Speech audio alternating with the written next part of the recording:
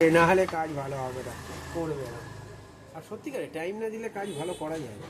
তুমি কিন্তু কাজটা আমি করছো, সেইবারে যখন বসিয়েছিলাম, হ্যাঁ, ঠিক আছে, তুমি যদি তখন বললে চালিয়ে নে, কিছু হবে না, তোমার কাজটা কিন্তু আমি ভিডিও আর যদি- করছি। আর তুমি এক দুদিন যদি করে দিতে তাহলে চাপ হতো না। তখন গাড়ি চলেও যেত, প্রত্যেক দিন 180 কিলোমিটার 180 কিলোমিটার গাড়ি চলতো। হ্যাঁ হ্যাঁ, কন্টিনিউ গাড়ি চলছে। গাড়ি যদি চালিয়েছি অনেক ছোট থাকতেই তো গাড়ি চালাস, আমি দেখেছি তো। তাও আমার এনএসটার মতো কোনো গাড়ি চালাইনি। হ্যাঁ, 1 বছরে 1.5 বছরের মাথায় বেরিয়েছিলাম না, আমার মিটার টেম্পারিং করে আনলাম হ্যাঁ লাস্টে হ্যাঁ হ্যাঁ হ্যাঁ, 65,000 কিলোমিটার। এটাও তো দূরে দূরে যায় গাড়ি নিয়ে, এদের পুরো টিমটা। আমার ঘোরা ফোরা সব শেষ হয়ে গেছে। এবার এটাকে পাম্প করতে হবে। ওইখানে নতুন কামড়ি তুলে থাকে, সামনেটাতে ডান দিকে তো।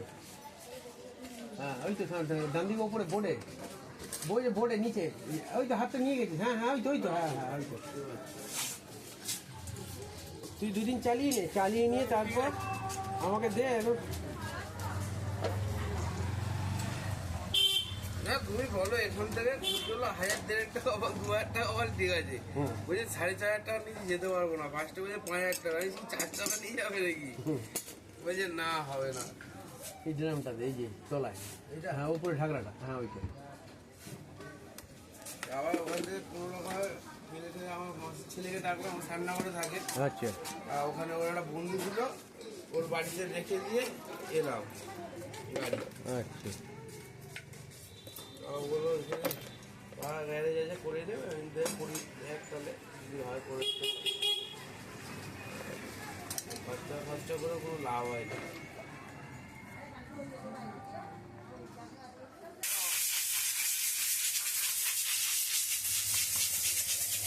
এই রবারগুলো খারাপ হয়ে গেছে আমার ভিতরে, এই যে বেড়ে গেছে, সাইড বেড়ে গেছে।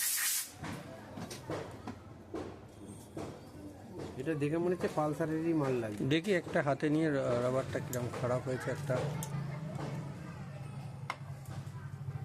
দেখাও। দুটোরই বেড়ে গেছে। নতুনটার সঙ্গে দেখবে বুঝতে পারবে, এই যে সাইডগুলো বেড়ে গেছে, গরমে বেড়ে গেছে। প্রচুর ব্রেক ইউজ হয়েছে তো।